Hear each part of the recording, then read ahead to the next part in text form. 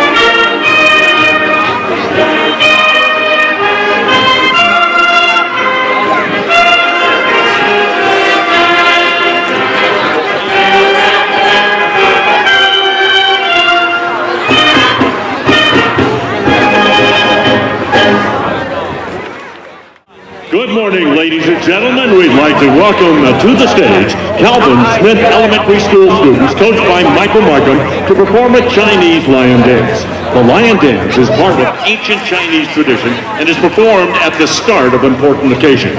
The wise and powerful lion chases away evil spirits and welcomes good fortune, longevity, and happiness. As we aspire to tell the complete story of the Transcontinental Railroad by highlighting the back-breaking work done by thousands of railroad workers, this performance allows us to open this celebration in a very special way.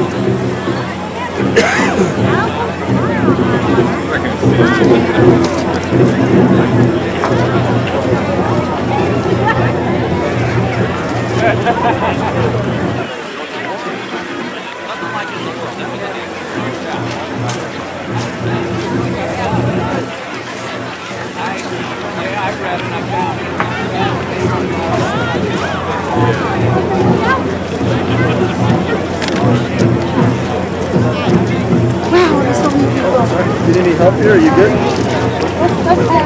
Zigzag through this one. Oh, okay, awesome.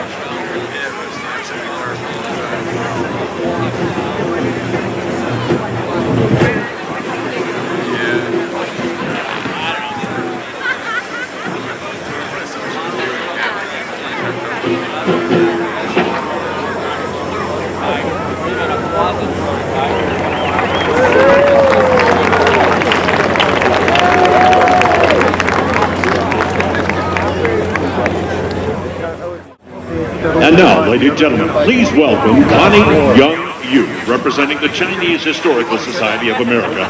She'll talk and offer remarks about the railroad's unsung heroes.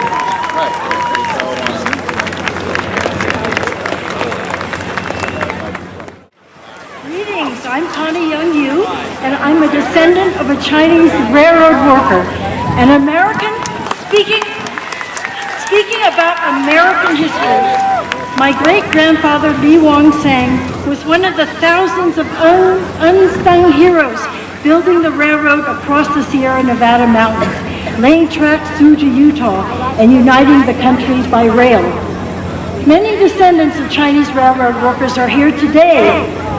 This is a far cry from 50 years ago at the Centennial at Promontory on May 10th, 1969, when my mother, Mary Lee Young, was the only such descendant present.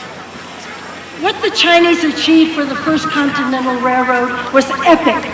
The superhuman effort of a vanguard of Chinese towing locomotives and rails 28 miles over the summit, and the building of 15 tunnels in the Sierra Nevada mountains.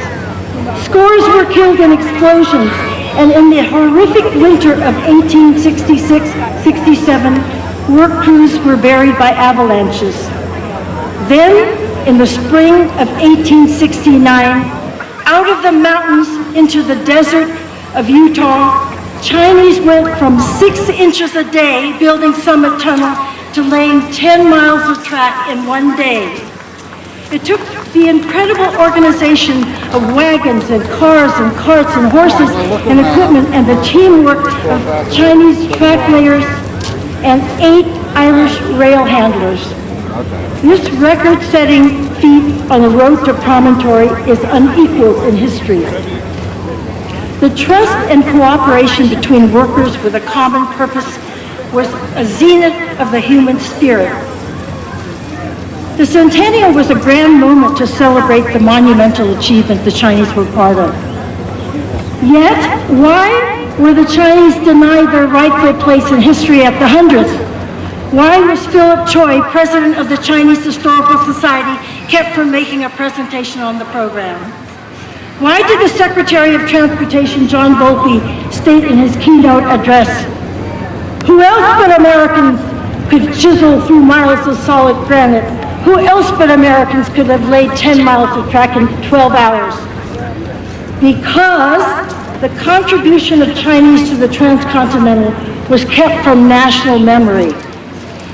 The Exclusion Law of 1882 stopped the immigration of Chinese laborers and denied all Chinese naturalization to U.S. citizenship. In effect, for 61 years, the law excluded the Chinese from American history. Today, we take this opportunity at the 150th to reclaim a place in history, to honor the courage, fortitude, and sacrifice of Chinese railroad workers and their legacy in America, which belongs to all of us.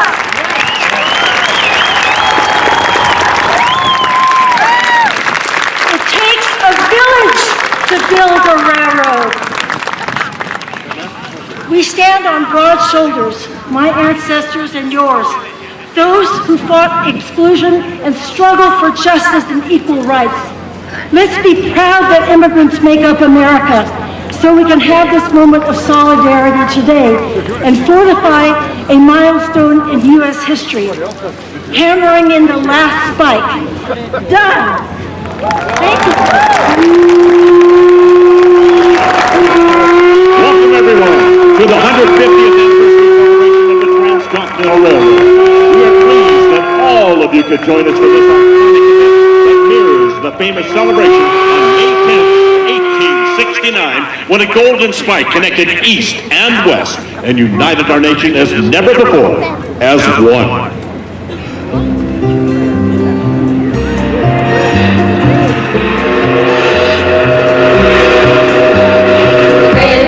The Spike, 150 children chorus made up of 5th, 5th through 7th grade from all over Utah, performing Iron Wheels. Pacific from the east and the Central from the west, racing toward each other to prove which one was best. Iron wheels rolling down the Newville track, each train came out of window, thought of turning back. A lot of tired workers laying rams along the line, headed Promontory Point in 1869.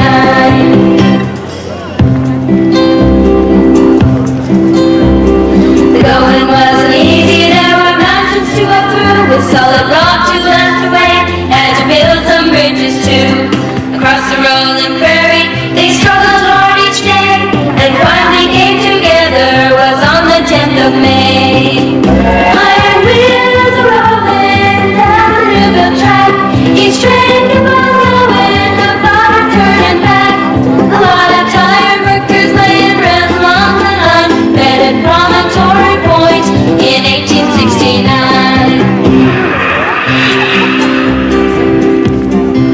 It was quite a celebration, what a noise the crowd all made when they drove that golden spike and the final track was laid.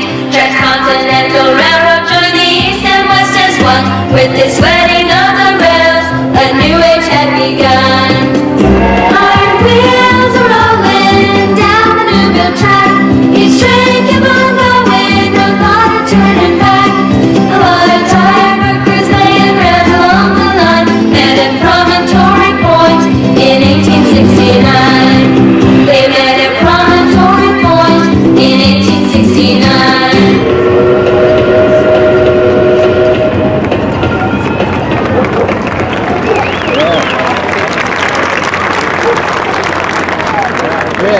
The Spike 150 Children's Chorus, conducted by Claudia Bigler and managed by Jaron Putnam. Ladies and gentlemen, welcome to the stage, please, the Golden Spike National Historical Park Superintendent, Leslie Mosley.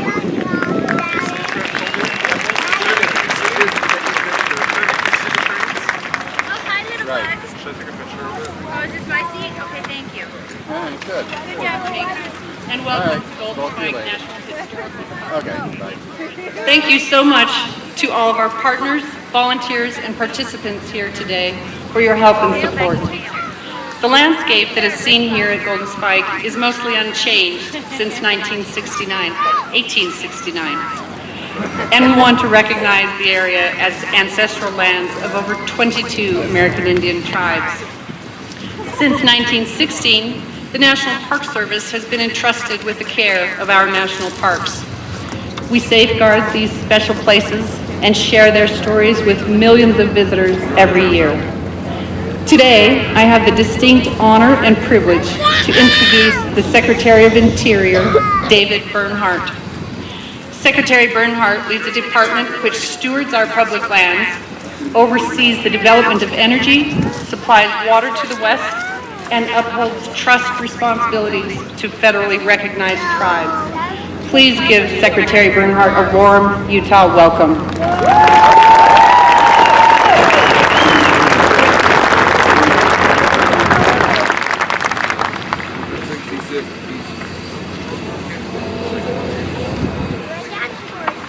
Good morning.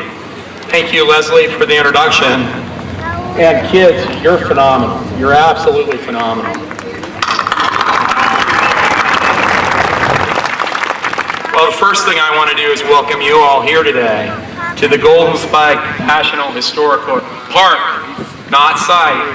And that's because Congress and the administration worked to get that law passed just a few weeks ago.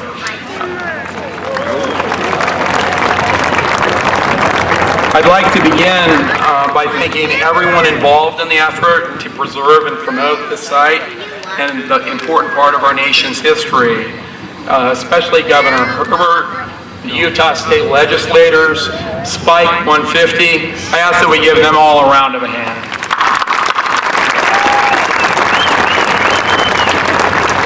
I also want to thank Senators Lee and Romney for their leadership in the Senate. We appreciate all that you do for our fine nation. Thank you so much. Let's give them another round.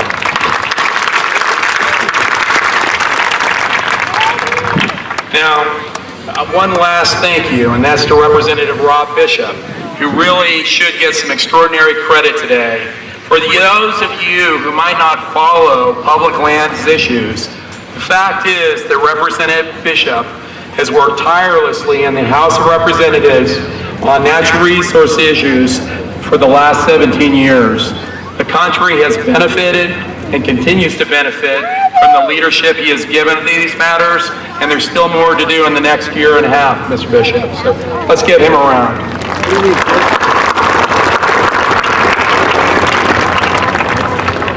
As one of the two representatives of President Trump's administration that are here today, I cannot help but think how much the President would love being at this event. As a builder, he would really appreciate the celebration today and what transpired 150 years ago. As I was flying out here last night, I was just thinking how significant it was that President Lincoln and the Congress came together with the concept of legislation that would grant each railroad public land and government bonds for each mile of track that they completed. What foresight to lead to such incredible infrastructure. At the Department of the Interior and the National Park Service, we are entrusted with preserving special places and ensuring that the American people have the opportunity to enjoy those places and learn their stories. The story of this site says so much about our country. The joining of the two rail lines created a new sense of connectedness that helped form a common national identity. If we just take a minute and contemplate the effort of human capital, engineering, courage, and risk-taking that all had to come together to bring the two lines that met here to this place, that should remind each of us what we can achieve, as we strive to make our country stronger.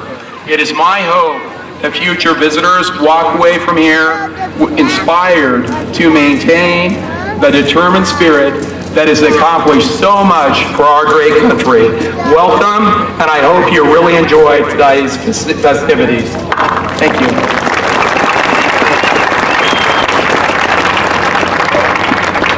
Rios Pacheco, an elder and spiritual leader of the Shoshone Nation, will now give a Native American prayer and blessing.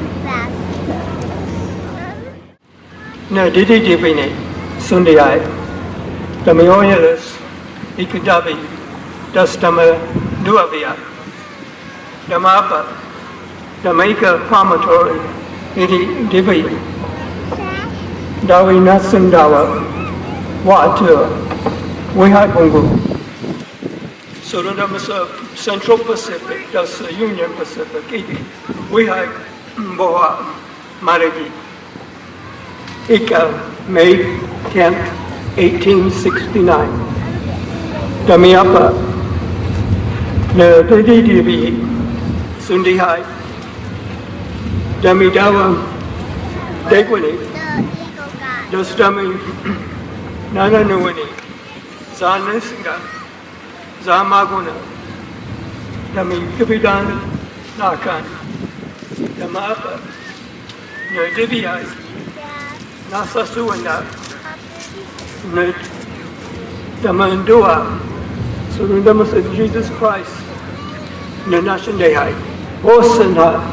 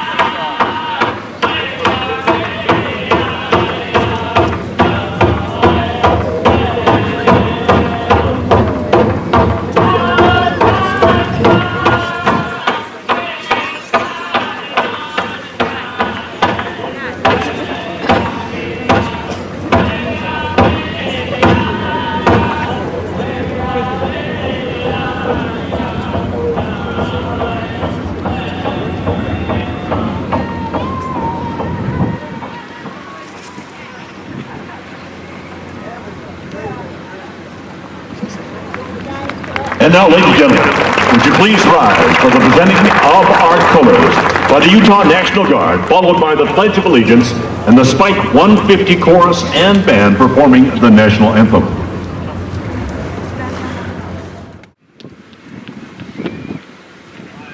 Allegiance to the flag of the United States of America and to the republic for which it stands, one nation, under God, indivisible, with liberty and justice for all.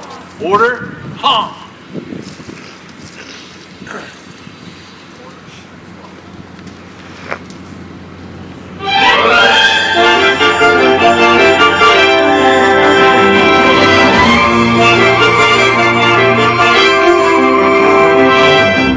Ladies and gentlemen, please stand for the national anthem of the United States of America.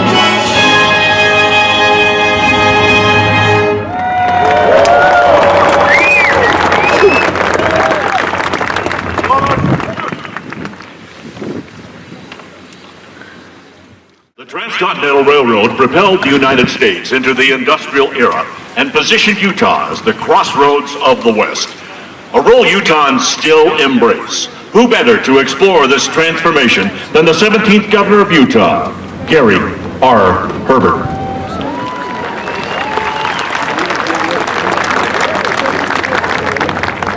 Well, thank you, and good morning. What a beautiful Utah day as we gather to celebrate this significant historical event.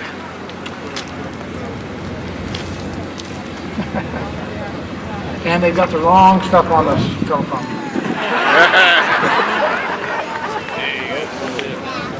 Let's see if we can find it here. If not, I'll just start. Let me say again, welcome. We're honored to have you all here. We have some special guests here that are participating with us. Again, a remarkable event in not only Utah's history, but American history, which really changed, the West, the colonization, the way we did business here in the state of Utah, opened up the West in significant ways in which we represent. I don't know about you, but standing here today, I'm experiencing a little bit of deja vu. The feeling that I've had, that I've been here and I've done this before. I suspect many here share that feeling because so many of us have seen the iconic pictures taken of the completion of the Transcontinental Railroad here at Promontory Summit on this very day 150 years ago. That event, which took place on a beautiful spring morning on May 10th of 1869, much like today, was the world's first live mass media event. When Leland Stanford, one of the big four owners of the Central Pacific, tapped in the golden spike, the telegraph operator transmitted a one-word message to the awaiting world: done. And the nation celebrated. Liberty Bell rang in Philadelphia. Hundreds of cannons thundered approval in San Francisco, Washington, D.C., and from the courthouse to City Hall and Arsenal Hall in Salt Lake City. An estimated 6,000 to 7,000 people gathered at the Tabernacle on Temple Square. Chicago celebrated the biggest parade of the century, which was 7 miles long. And the shrieks of fire whistles and firecrackers on streets and in neighborhoods commingled with the songs and prayers heard in churches throughout America. Today, we are gathered once again on a beautiful spring morning at the same spot and with media present to commemorate and celebrate that momentous day. While we'll be hard-pressed to equal some of the celebrations that took place 150 years ago, well, there we go. That was the first cannon shot, wasn't it?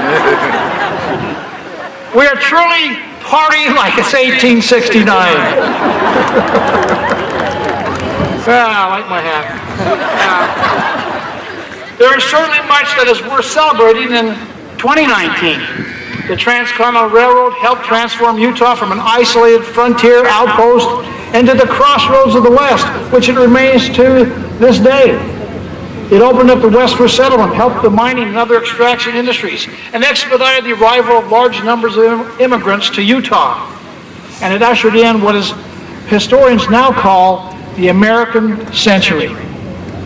This anniversary is also important because we are finally giving those who did the bulk of the heavy labor their proper recognition. I am proud that we have highlighted the contributions of the more than 15,000 Chinese laborers who, along with Irish workers, Mormon workers, Native Americans, and many others, built the Transcontinental Railroad.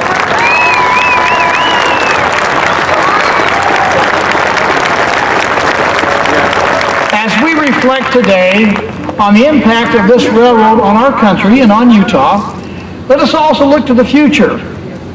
Like the visionary leaders and dedicated workers who built the Transcontinental Railroad, we must encourage visionary Utahns to dream big and to help ensure that they have the tools to make those dreams become a reality. We must also remember that as the Transcontinental Railroad shows us, even in difficult times of deep division and discord, the Civil War, great things can be envisioned and accomplished. So this morning, in the ranks and legions of admirers of the builders of the Transcontinental Railroad, I stand front and center and salute them for their great accomplishments. God bless their memory, and may God bless us as we strive to carry out their legacy by dreaming big, by working hard together to meet the challenges of our day. Thank you, and God bless you all. To recognize the new designation of the Golden Spike National Historic Site as a National Historic Park, please welcome to the stage Congressman Rob Bishop, U.S. Secretary of Transportation Elaine Chao, U.S. Secretary of the Interior David Bernhardt, Senator Mike Lee, Senator Mitt Romney, former Senator Orrin Hatch, Utah Governor Gary R. Herbert, Utah Department of Agriculture Executive Director Luann Adams, Box Elder County officials, area ranchers, and representatives from the Utah Department of Transportation.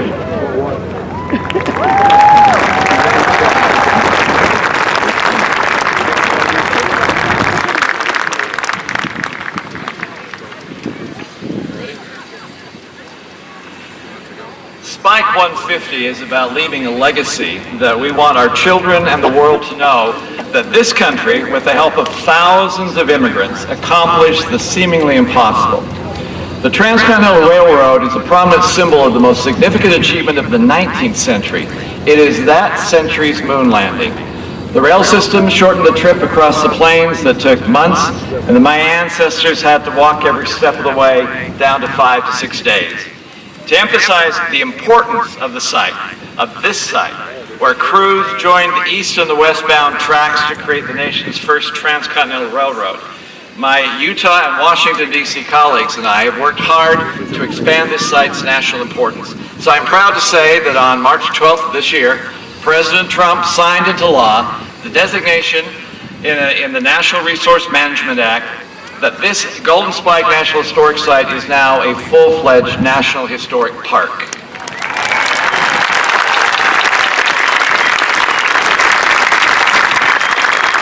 Golden Spike joins such other national historic parks as Lincoln's birthplace in Kentucky, American Revolution site in Boston, Independence Hall in Philadelphia, Lewis and Clark Trail in Oregon and Washington. The park's new designation provides opportunities to attract additional tourists and economic benefits to this part of Utah. This is a tremendous way to honor the lives of those who built the railroad and share with people its stories and what took place actually here. Now, It is with great honor that I have the opportunity of asking those up on the stage to help unveil the sign that is coming now in front of us.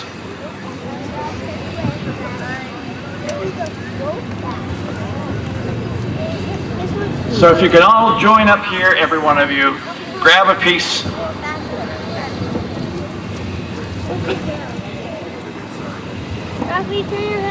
And when I count 3 going down,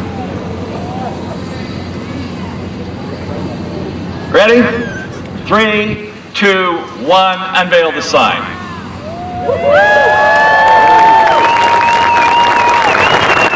So move over, Mighty 5. We are now the Super 6.